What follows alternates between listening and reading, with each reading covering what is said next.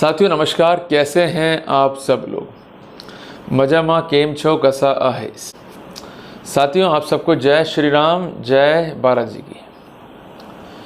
आज का टॉपिक जो हम डिस्कस करेंगे ये जुड़ा हुआ है फॉर्जरी से। फॉर्जरी म्हणजे कूट रचना, क्लियर है। और ये नाम जो है कॉमनली यूज होते हैं।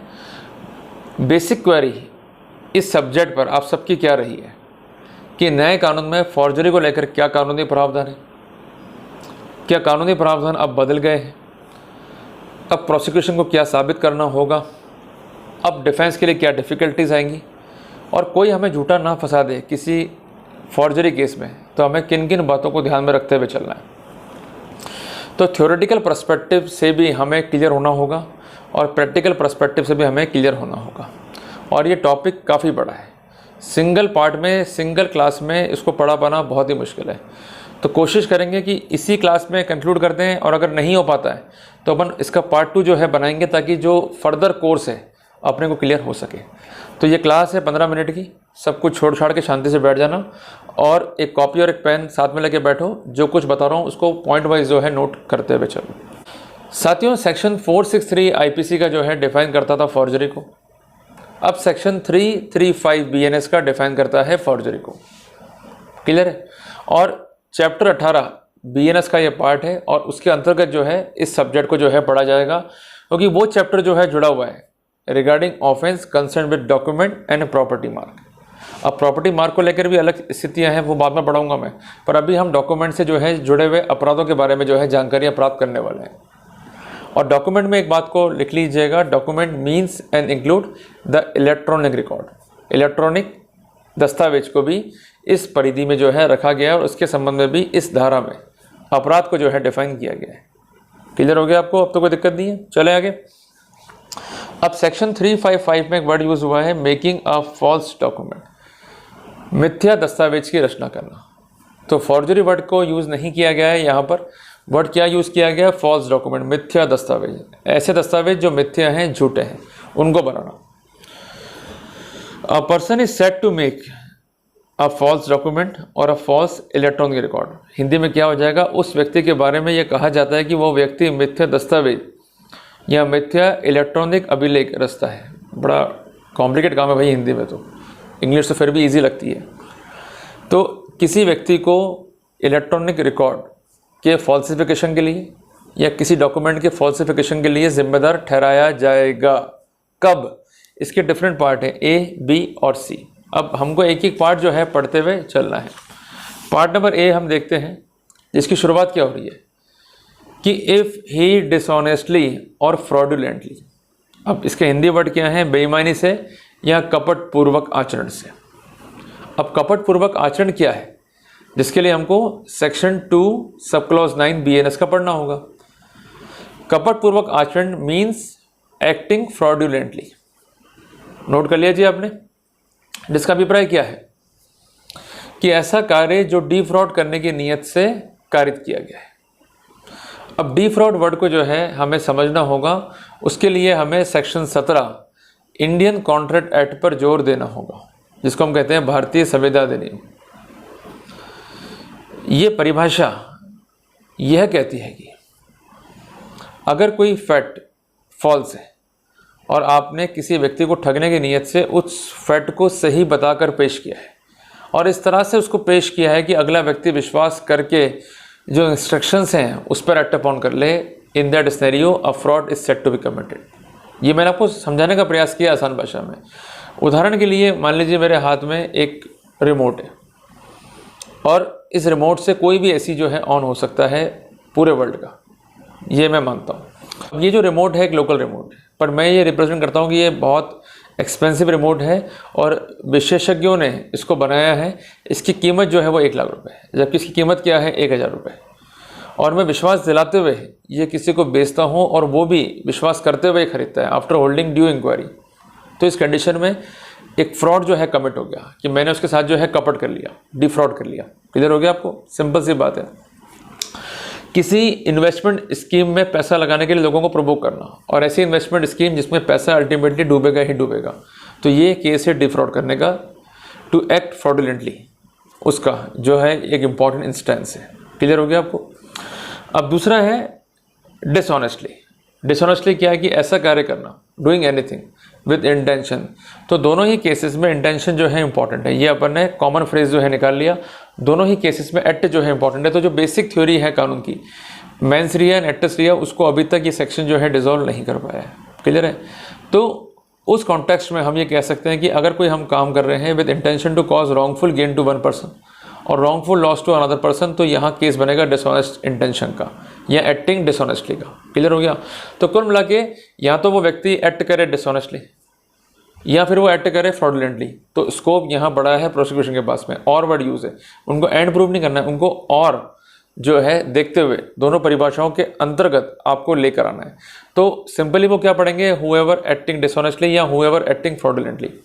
तो कॉमन इंस्टेंस क्या लेके आते हैं भाई, कोई प्रॉपर्टी है उसको आपने बेच दिया by making a false document, तो एक्ट है to make a false document but it is said to be done dishonestly not fraudulently. Clear है। फ्रॉडुलेंटली जो है वो जुड़ा हुआ है विद फाइनेंशियल फ्रॉड, क्योंकि एफ से हमको जो है समझना है, और डिसऑनेस्टली जो है ये जुड़ा हुआ है किसी ऐसे विवाद से जो कि प्रॉपर्टी और मनी से जो है कंसर्न है, बट उसमें ट्रांजेक्टरी वैल्यू जो है कम है। सीधा सीधा जो है सामने व्यक्ति है और उसके सामने जो है आपने कुछ फैक्ट्स को प्लीड किया और उन फैक्ट्स को प्लीड करते हुए आपने उसको जो है कुछ डॉक्यूमेंट्स बनाने के लिए मजबूर किया या कुछ डॉक्यूमेंट्स खुद ने बनाकर उस पर एक्ट अपॉन करने के लिए मजबूर किया, तो ये केस बनते हैं एक्टिंग डिसऑनेस्टली के। क्लियर हो गया। बहुत सिंपल सी बात है ताकि अपने को जो है दिक्कत यहाँ पर नहीं पड़े। अब यहाँ पर ये कि डिसऑनेस्टली और फ्रॉडुलेंटली एक्ट होना अपने आप में जो है पर्याप्त नहीं है। सबसे पहली बात यह कि इसके भी जो है 4 खंड अब कर दिए पार्लियामेंट ने। सबसे पहला पार्ट ये कि मेक, दस्तावेज को बनाना, मेकिंग अ डॉक्यूमेंट। जैसे पिक्चर बनती है वैसे डॉक्यूमेंट बनता है, तो मेकिंग अ डॉक्यूमेंट डिसऑनेस्टली और fraudulently is a offence of making a false document. इसको ऐसा पढ़ना पड़ेगा अपने को। दूसरा है साइनिंग अ डॉक्यूमेंट डिसऑनेस्टली और फ्रॉडुलेंटली। क्लियर है। सील अ डॉक्यूमेंट डिसऑनेस्टली और fraudulently, execute a document dishonestly और फ्रॉडुलेंटली। ये 4 इंस्टेंस जो है यहाँ पर कवर होंगे।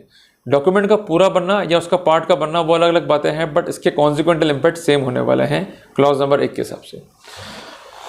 दूसरी बात है कि मेक और ट्रांसमिट एनी इलेक्ट्रॉनिक रिकॉर्ड और पार्ट ऑफ इलेक्ट्रॉनिक रिकॉर्ड। किसी इलेक्ट्रॉनिक रिकॉर्ड को बनाना और उसको ट्रांसमिट करना, मतलब कोई ईमेल है आपने फेक तैयार करके उसको आगे फॉरवर्ड कर दिया, ट्रांसमिट कर दिया। कोई फॉल्स डाटा आपने तैयार किया, उसको अपने ईमेल आईडी पे अपलोड किया या व्हाट्सएप अपलोड किया या टेलीग्राम पे अपलोड किया या सोशल मीडिया पे अपलोड किया जो कि फॉल्स है, तो उस तरह के जो अपलोडिंग एक्ट हैं उसको हम कहते हैं ट्रांसमिशन। क्लियर हो गया आपको। तो ये पार्ट नंबर 2 में कवर है। तो उसमें डॉक्यूमेंट अभी सील नहीं हो रहा है, साइन नहीं हो रहा है, एग्जीक्यूट नहीं हो रहा है, बट क्या हो रहा है, making and uploading by the way of transmission. ठीक है।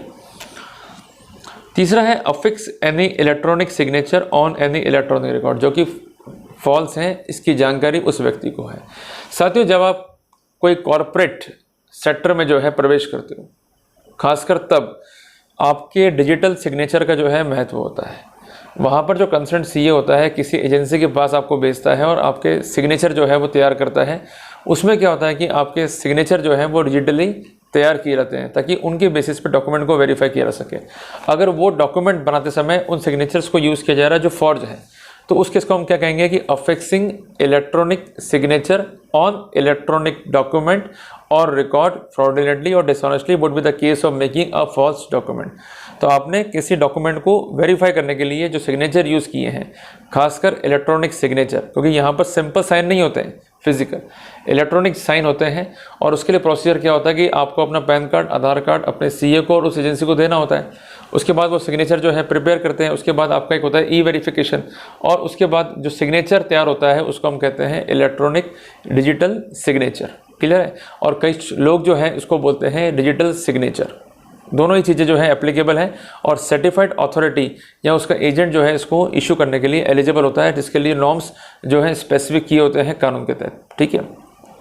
और अधिक जानने के लिए इस बारे में आप MCA ministry of corporate affair की जो वेबसाइट है वहाँ जाकर भी इस बारे में जानकारी जो है ले सकते हो। साथियों, ऐसा कोई मार्क जो है तैयार करना जिससे इंडिकेट हो जाए कि वो कंसर्न डॉक्यूमेंट जो है ऑथेंटिकेट हुआ है, या इलेक्ट्रॉनिक रिकॉर्ड जो है वो ऑथेंटिकेट हुआ है, तो उस सिनेरियो में भी वो कंसर्न व्यक्ति जो है फॉल्स डॉक्यूमेंट के लिए जिम्मेदार होगा यदि वो एक्ट जो है डिसऑनेस्टली या फ्रॉडलेंटली जो है किया गया है। फॉर एग्जांपल, एक कंपनी का दस्तावेज है, उस पर सील लगा दी गई, तो सील यहाँ पर काम करेगी मार्क का, क्लियर है।